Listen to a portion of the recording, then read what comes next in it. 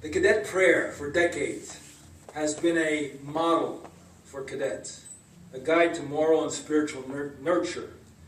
And it was read every Sunday at the cadet chapel and I think at many of the other chapels. It was written by one of my predecessors back in 1926. It speaks about the unique character that's required of members of the Long Gray Line.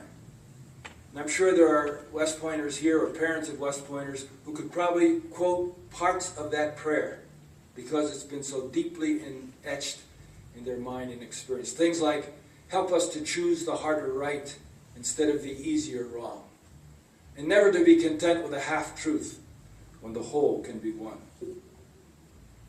The Academy focuses on what they call 6 developmental domains, 6 areas to make a complete person. The military, the academic, the physical, the spiritual, the ethical, and the social. Focusing on these things to make the leader of character. I think we might well think about this ourselves, regardless of what state of life you're in. The academic, you're not too old to read, to think, to memorize, to learn. We've got to keep our mind active.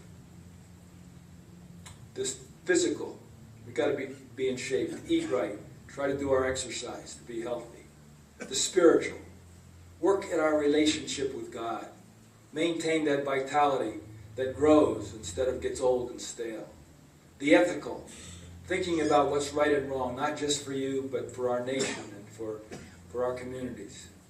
And then the social. Do I get along with my neighbors? Do I relate to my neighbors?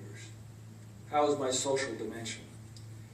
You look at a cadet's day, you look at a 4-year program of Corps Cadets, and you see these things being implemented. You and I do not have that disciplinary environment, but we desperately need the balance that these things can give. So please consider that. Don't take it lightly. Worship in the summer with incoming cadets, the new class, was outdoors. We met on the trophy point that Steve alluded to. A beautiful overlook, looking up the Hudson River Valley with the mountains rising out of the valley. What a spot for worship. What a backdrop to point to God. And every Sunday, I would call them to worship with words that echoed up the Hudson River Valley all the way to the mountains of Afghanistan. Lift up your eyes to the mountains. Where does my help come from? My help comes from the Lord, who made heaven and earth. Worship during the academic year was several different chapels. We had a lot of freedom to do it. Steve alluded to the Fellowship of Christian Athletes, which was one of my favorite projects. We had probably 300 athletes involved in this, and our theme was to build spiritual muscle. All cadets had to be strong physically. They had to work out, they had to pay the price to be fit. Our relationship to God is like a muscle. It's got to be exercised, it's got to be used. Our theme verse was from 2 Timothy that said, exercise yourself spiritually. Physical fitness has some value, but godliness is valuable in everything. It has benefit in this life and also the life which is to come. Cadets got the idea. You can't run a marathon by being a couch potato.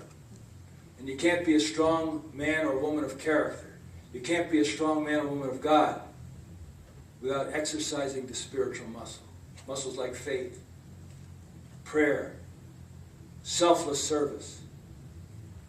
This all took exercise, and it takes exercise on a daily basis.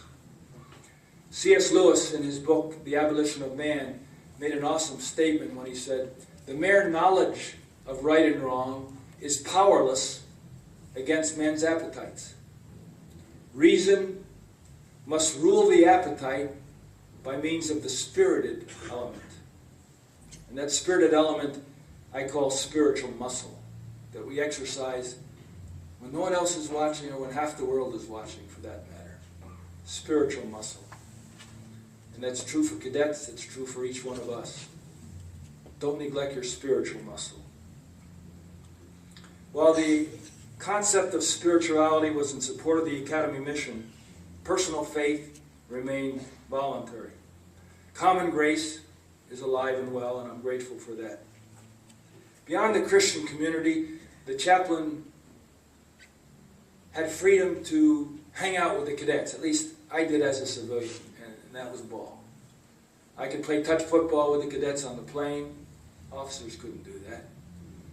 I coached the Army lightweight team before I became the senior chaplain, and had opportunity to, we call it contact work, and this was a terrific experience for me.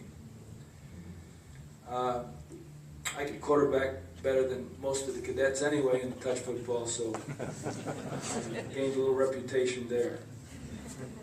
But it did lead to a lot of questions, a lot of observations, a lot of wedding counseling and wedding ceremonies that otherwise may not have taken place. Our home life was also a part of our ministry. Cadets were entertained, cadets became part of our home and family, and not just in the chaplain's home, where perhaps they would have a prayer before a meal and a discussion about Jesus' attitude towards war and peace. This was done in hundreds of officer homes across the academy. The officers played a very critical role in building leaders of character. These were men and women who were warriors. They had served in the Army. They were regular Army. They came to West Point for a 3-year tour to teach, and then they'd go back to their units. They were role models as warriors. Cadets would go into their homes by invitation and see what a military family looked like and lived like. And they would be free to, in a relaxed atmosphere, to ask questions. So the same was true of the chaplain's family. And I know that there are families here tonight whose cadet sons became part of our extended family. And the ripple effect continues, both in business and in the military across the world.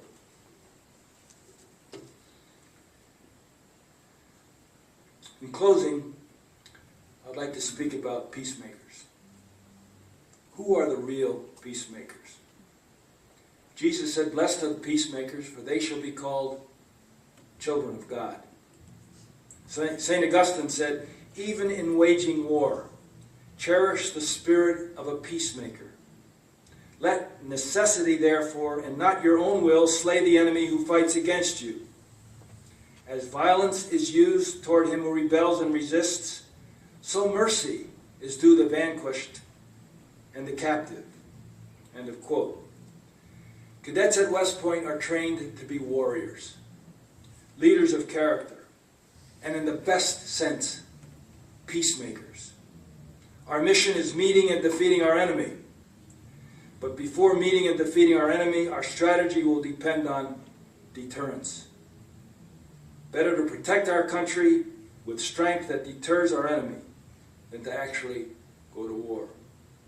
Remember that the purpose of the state is to preserve order, to resist and restrain evil, and to do justice.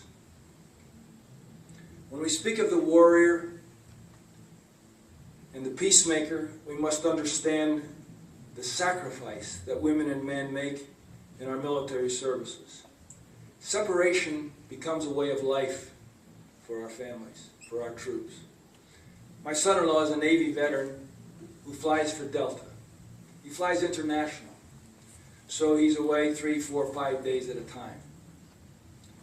His wife has to shuttle the 3 kids to school, shuttle them to soccer and basketball, help them with the homework at night, plus all her home duties. It's tough without Dad's help.